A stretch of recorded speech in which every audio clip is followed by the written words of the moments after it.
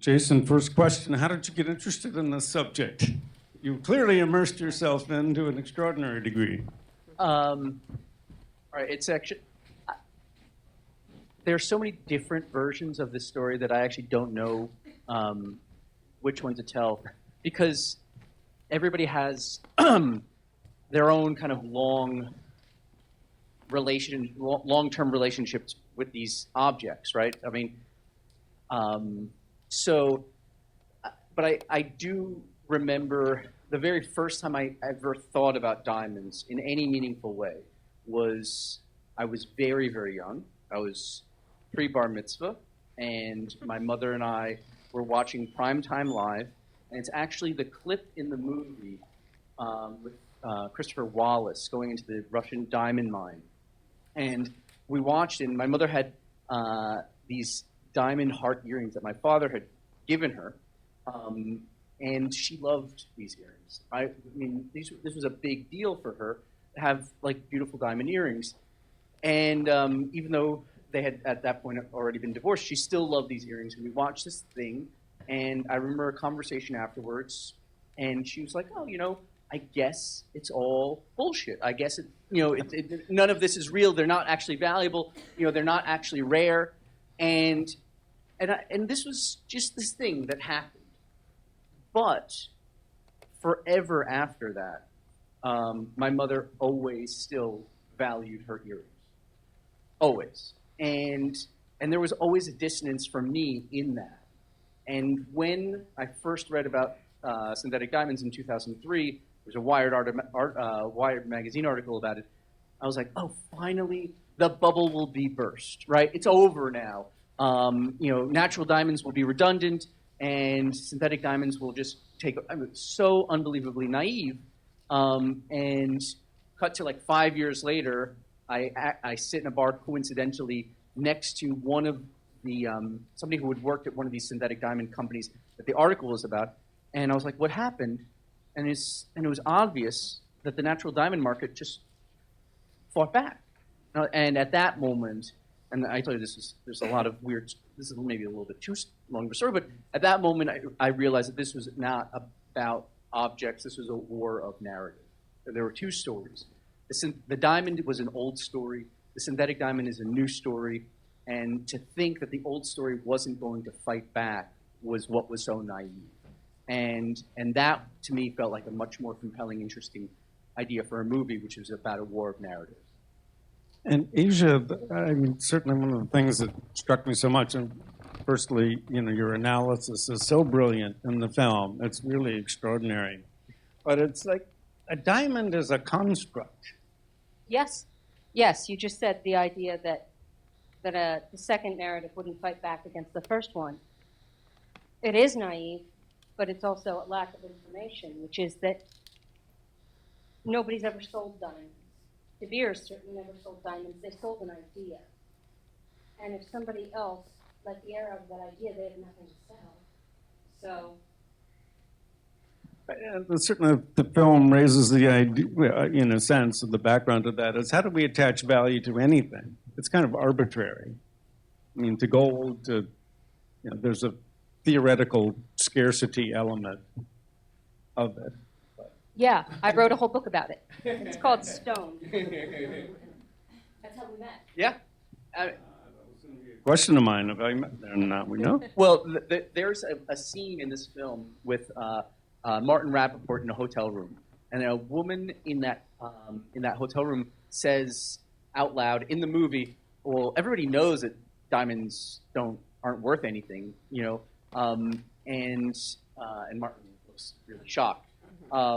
Well, she was a big fan of Aja's book, and she had recommended it to Amanda, my producing partner.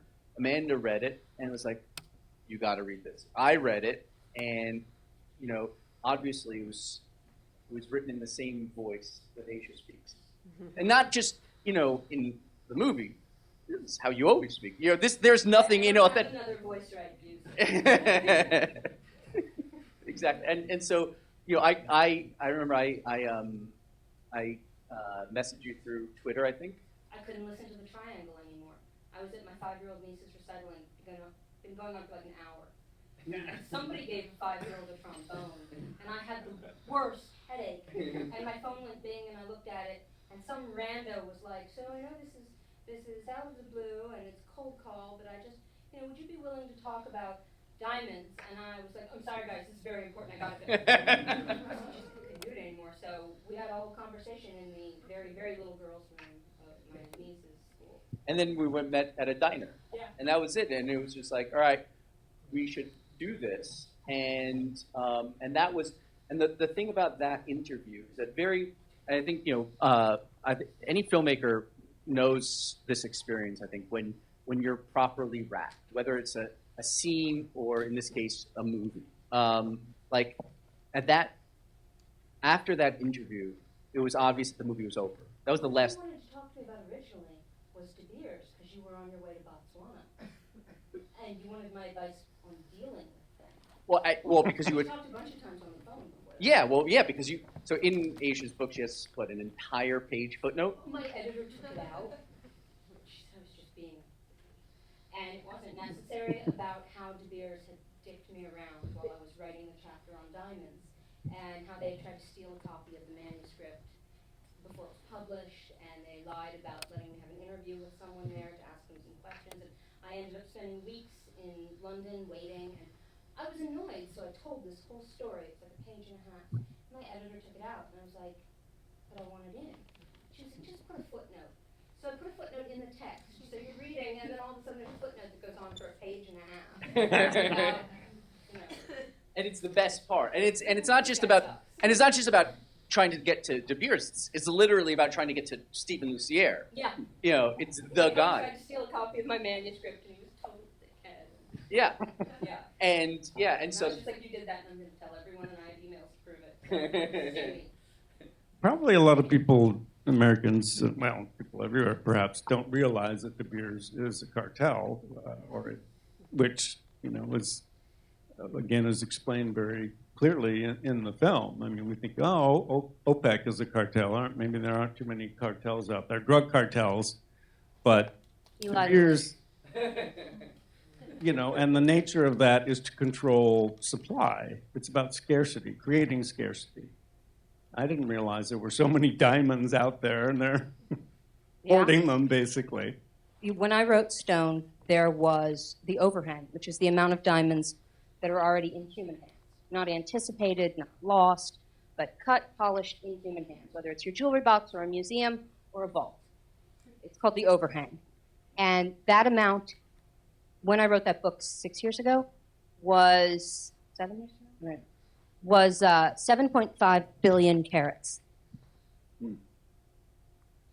It's a lot. It's a lot. Go around. Yeah, and the very earliest idea of this movie, it wasn't only about synthetic diamonds. It was also about the origins of life, which is a completely different movie, completely different story. And it was an attempt to tie these two things together. But the point is that the idea was always about the origins of value. Like, why, and then, reading Stone, it was like, oh, well, we've got a lot to talk about, because that had so much to do also with the origins of value. So, it's crazy to say, oh, you guys have just, sat through 90 minutes of a movie where the word diamond is used. I have never actually counted, but it's a lot. But to me, this movie has nothing to do with diamonds. It never had anything to do with diamonds. Diamond was simply a way to explore some larger ideas that I was curious to dig into. Yeah, it is fascinating, the depth to the film and the issues that you do get into. To me, it's quite sociological in a sense. But I found myself thinking, maybe audience members did as well, is that if we're not already in it, we're certainly approaching an AI world where the nature of what is real is increasingly blurred, and that's even happening in documentary. The example of Anthony Bourdain's voice being AI'd, and also in my documentary about Andy Warhol, AI voice, you've got hologrammed stars. So these are issues we need to be thinking about. Well, all right, the first time, this movie was probably not possible until I had read the article, possible to make anyway, until I had read the article by Duchamp, who's in the film, when he discovered that the diamonds were naturals and synthetics were being mixed surreptitiously. When that happened, he was the first person that would actually talk about lab-grown diamonds, because this was back somewhere between 2013 and 2015, when the topic was completely verboten for anybody inside of the industry. And he publishes this article that they're being mixed. And I was already curious about it since 2003. And at that moment, it really felt like a Jurassic Park moment, like, life will find a way, right? Like I thought you meant you got eaten by a dinosaur. That too. But like, you can't put the toothpaste back into the tube, right? And they were going to figure out how to get them into the market, which I thought was also really fascinating. And I met him, and that's when I realized, oh, wait a second, it's not Jurassic Park or anything like that. This is Blade Runner. This is a detective who has to differentiate between two things that are identical. And to me, that was like what started it. That's a really good comparison. Well, two things that are identical, and one's supposed to be worthless, but really, the more you think about it, if they're identical, there's no difference. So either they're both worthless or they're both not. Exactly. Or both. And then it was this idea of like a crime, but what was the crime? And when you said that in the movie, like, who's the victim, right? That was at the heart of the absurdity, which I always was really interested in digging into, but there were no words for it until you said it, because what is the crime? If both of these things are real, it's an idea crime, right? It's a total, and so I loved this kind of absurd detective story, this Blade Runner-like thing, and it gets to the heart of, like, why we value things. And spoiler alert, I guess everybody already knows it, but it's because of the story. And that to me, as somebody who does this this is the only thing I care about, story. And so all of a sudden you've got a movie that's very, very much about storytelling at its heart. So but now I feel like you gave it away. We just saw the film, but I thought that was a fascinating observation by Stephen. I didn't know if it was Lucier, but I guess it's Lucifer. Right. Where he's a trophy wife. Don't give him too much credit. He married well. He's like John Kerry.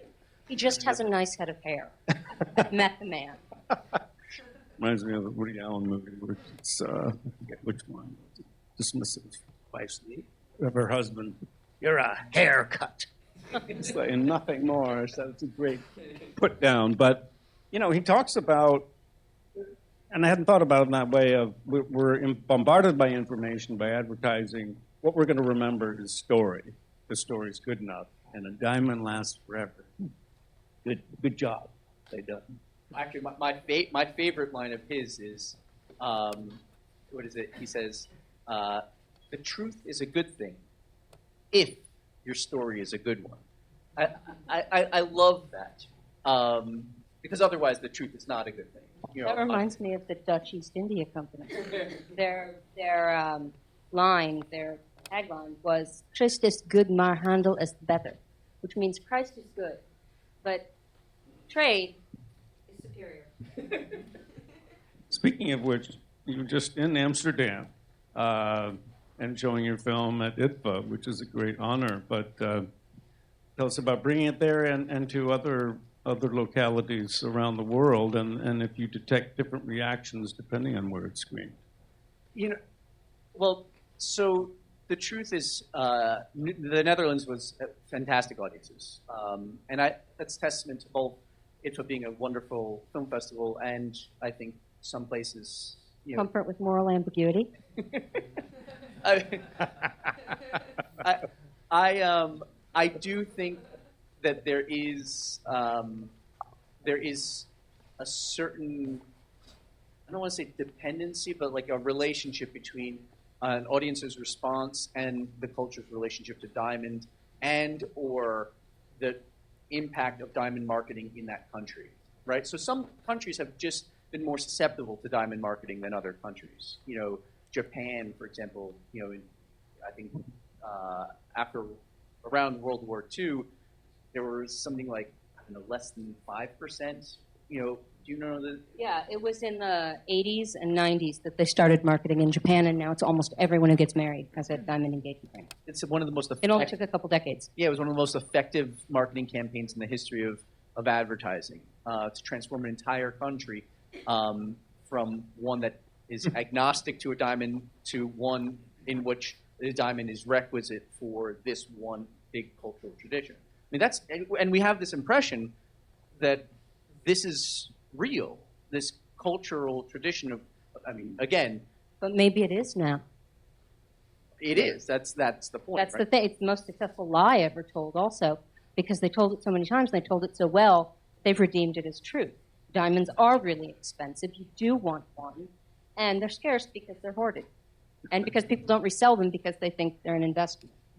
Yeah, there was a good line of yours that didn't make the movie. Actually, there were many good ones that didn't make the movie. But there was one where, you made that point specifically by saying, you can't walk into a jewelry store and tell them that they're not rare. You still got to pay the price, right? So They cost what they cost. yeah. And most of all, you know that they've done some sort of magic trick with this lie where it's true now, because you're going to leave here still liking diamonds and still wanting diamonds. And if you have some, you'll still wear them. When you tell people this story, and I've been telling people this for years, they go, wow. Doesn't matter. It still works. Yeah, that's fascinating. Like my mother. Like my mother, my mother still loves her diamond earring. She wore them to the New York premiere. And, it's even more than that. She had, my grandmother, gave her another pair of diamond earrings that were bigger, that, she no longer wore, from my grandfather. And so she had her old diamond earrings made into a pendant so that she could have those still. And she still loves them. And she watched the movie and she still loves them. And she's heard me tell this exact story and she still loves them. It has nothing to do with it. Again, we believe what we want to believe, what everybody else believes, and what doesn't conflict with other more important load-bearing beliefs is what somebody. My second book's about. I love that notion. We have time for a couple of questions, I think, if audience members have them. While you're thinking of that, one thing I wanted to ask you about was the way in which there's a disruption in this industry, akin to the internet arriving. I mean, this could have destroyed De Beers, destroyed diamonds, and, for instance, the newspaper industry, basically cratered in magazines and that sort of thing. So, by the internet, they found a way to not. They became they subsumed it all, which is a pretty neat trick. I don't think it happens all the time. They own it. That's another sleight of hand. They act like they're fighting with synthetic diamonds, but I think, I can't remember because I saw this a year ago, right after he finished it, but I think we talk about Element 6. Yeah, well, it's Lightbox, but yeah. Yeah, well, Element 6 is the company that makes the synthetic diamonds, and they're owned by De Beers. Well, they're owned by the same parent company, Anglo-American, and then De Beers now has a subsidiary called Lightbox, which you guys just saw. And that's true of every diamond company and every synthetic company. They're all owned by the same people, and they're pretending they're fighting with each other, but they're not. This is so bizarre. Yes, sir. Jason, you said that it's not about diamonds, your film. And I'm thinking of a lot of things in life that we've been taught are real and I've learned through time aren't real, or the value of them. What did you mean when you said that? And can you give some examples of it? Did everyone hear that? I mean, that's exactly what I'm talking about. I mean, literally nail on the head, right? Like, there are so many things, both large and small, that we know not to be true, but we kind of just go along with every single day because it's just easier. Really, when I mean from large to small, I mean from the smallest to the most largest, most fundamental. All of these things that are predicated on narrative, on story, that's exactly what I'm talking about, right? So Um, take it from that what you will, but that's not diamond.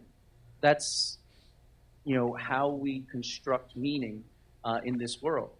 Meaning generally comes through narrative, and so all of the things in our lives, in our daily lives, that have meaning because of story are worth examining. Where those stories where those stories come from, who tells us those stories. Very importantly, when we hear those stories in our lives. I mean, those stories that we're told as children tend to have far more impact than those stories that we're told as adults. I mean, we are more susceptible to, believing stories. So all of these things, right? This is, again, diamond is just a really, really, again, stupid pun, crystal line, kind of example. But yeah, it's not about diamond. Another question from the audience? Actually, can I? Yes, please. But a much less poetic answer is that in 1979, an economist named Fred Hirsch coined the term positional good, which was not new to the world, but it was a new definition. It was a new recognition that there is a type of good that has no actual value. Not that it's worthless, just it has no set value as determined by anything except how much people want it at any given moment. And diamonds are like the ultimate example of a positional good. It's just determined by how much do people want it. So if you can make people want it, you've actually created value out of thin air, which is what diamonds and jewelry can do. I mean, listen. This also. I mean, these ideas. None of these ideas are particularly new, right? And there was a long time that I wanted to open the film with a quote from Karl Marx from Das Kapital, which I think would have just been showing the hands look the two, obviously. But I mean, in 60 or 70 or whatever it was, he wrote like, if we are ever able with, if mankind is ever able, I don't remember the exact quote, I'm going to paraphrase it and ruin it a little bit, to create diamonds with minimal amount of labor, their price will fall below that of brick. That was Karl Marx in the 19th century, right? Now, the question is he correct? Time will tell. I think the big point in that is minimal amount of labor, but he might not have been right on that one. It depends on whether you can make someone want it. Yeah. Right, and the arbitrariness of it is like, what's to prevent us from deciding that bricks are an extraordinary thing that we must have, and that red brick, oh my goodness, that's the one that you've got to have. I mean, it makes me think of the film Brazil. I don't know why that pops into my head of, absurd people putting shoes on their head, and then this is, the thing that is done in this sort of futuristic society. It looks absurd to us, and yet it has a plausibility within that frame. I mean, but I like rocks and minerals and fossils, and I've been a member of the Culver City Rock and Mineral Club for a long time. I mean, it's like it's not that I don't appreciate stone. You're not anti-stone. No, as a matter of fact, for different reasons than you. I mean, you really you love jewelry and appreciate jewelry. I mean, I like the obvious. Obviously, I like certain stones have really beautiful narrative qualities. Agate, for example. Every single stone is unbelievably different. These lines and colors and patterns, they tell a story, a geological story. I think it's fucking beautiful. Like I do. I find a lot of fossil, like, hey, it's nerdy stuff, whatever. But like I still dig it, right? And Puns are coming hot and fast for you. But one of the things about diamond is that the most valuable ones are the ones that are the least narrative. They're the cleanest. They have the least amount of information. They look the most like the prototypical diamond. They're the whitest. It's like, how do you rip as much beauty from something as you possibly can? And that's the most valuable, the biggest and not the colored stones; those are a little bit different. But I'm talking about like what we think of as traditional diamonds, white diamonds. They're like to me, what I've kind of really discovered is that they're the most boring of all stones. At least but this is a subjective thing. This has to do with my faith. But I'd be curious. You have a very different perspective. On whether I like them or not? No. Like on the aesthetics. For a long time in jewelry design, they were not used at all.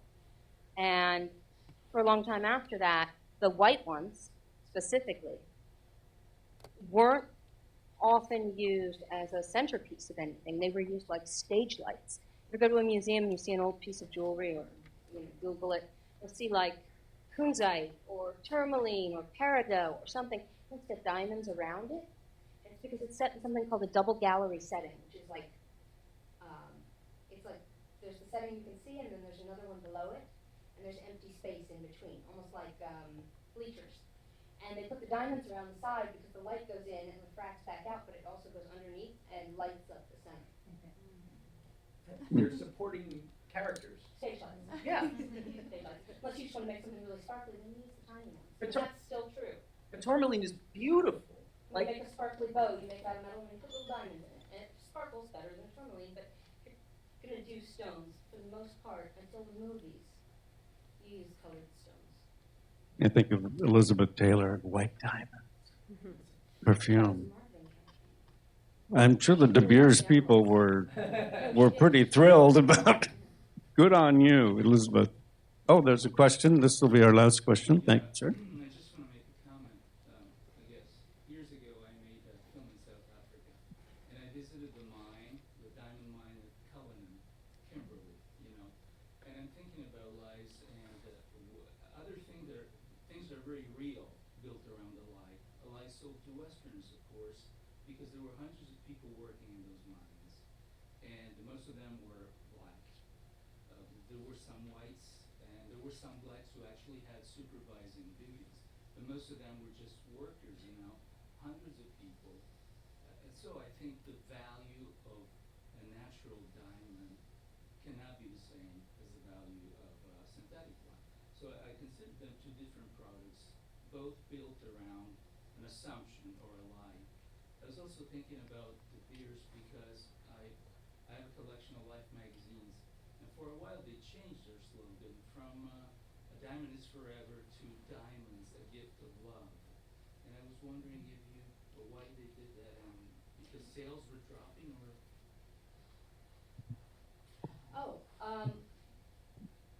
I know that the last time they changed their tagline, it was "To real is rare."